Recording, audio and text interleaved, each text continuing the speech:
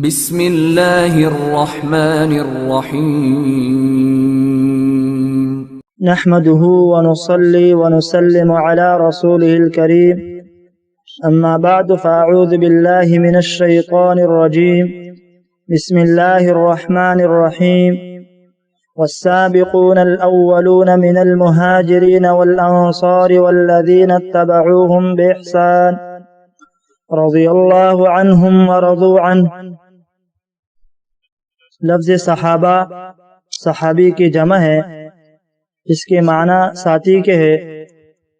صحابہ کرام سے مراد وہ خوش قسمت ہستیاں ہے جنہیں جناب نبی کریم صلی اللہ علیہ وسلم کو دیکھنے کا شرف حاصل ہوا اور ایمان کی حالت میں آپ صلی اللہ علیہ وسلم سے شرف ملاقات حاصل کیا اور ایمان کی حالت میں ایمان کی روشنی اسلام کا چراغ لے کر اس دنیا سے رخصت ہوئے۔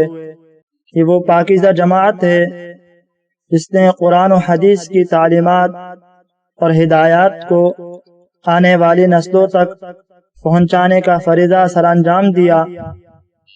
آپ صلی اللہ علیہ وسلم کی مبارک سیرت طیبہ اور سنت کو عام کیا اور آپ کی احادیث اور ارشادات کو ہم تک پہنچایا۔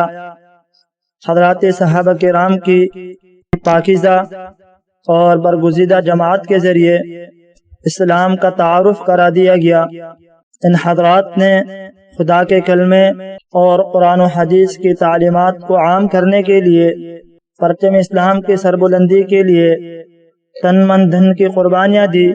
اللہ تبارک و تعالی نے صحابہ کرام رضوان اللہ تعالی علیہم اجمعین جیسی مقدس جماعت کو آپ علیہ الصلاۃ والسلام کی صحبت اور معیت کے لیے نصرت اور اعانت کے لیے منتخب فرمایا۔ ان عظیم الشان خدمات اور قربانیوں کی بدولت انہیں اللہ تعالی کی طرف سے رضی اللہ عنہم ورضوا عنہ کی سنت عطا ہوئی۔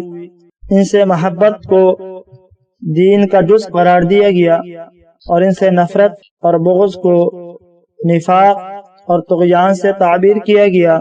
حضرات انبیاء علیہ الصلاۃ والسلام کے بعد تمام انسانوں میں صحابہ کرام سب سے افضل اور اعلیٰ مخلوق ہے اور سب سے زیادہ تعظیم اور توقیر کے حقدار ہے۔ ان نفوس قدسیہ کی فضیلت اور مدح میں تعریف و توصیف میں قرآن پاک میں جا بجا آیات نازل ہوئی ہے۔ آیات قرآنیہ کے علاوہ کتب احادیث بھی ان حضرات کے تذکروں سے مالا مال ہے جن میں ان کے حسن عمل، حسن اخلاق اور حسن ایمان کے تذکرے موجود ہے۔ ان حضرات کو دنیا ہی میں اللہ تعالی کی طرف سے مغفرت اور انعامات خداوندی کا مجدہ سنا دیا گیا۔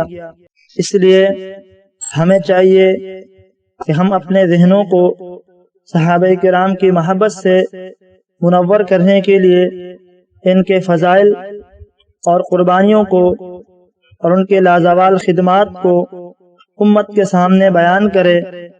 ان پاکیزہ نفوس کی محبت دل میں بساتے ہوئے ان کے حالات اور واقعات کا مطالعہ کرے، ان کے نقش قدم پر چلتے ہوئے زندگی بسر کرنے کی کوشش کرے۔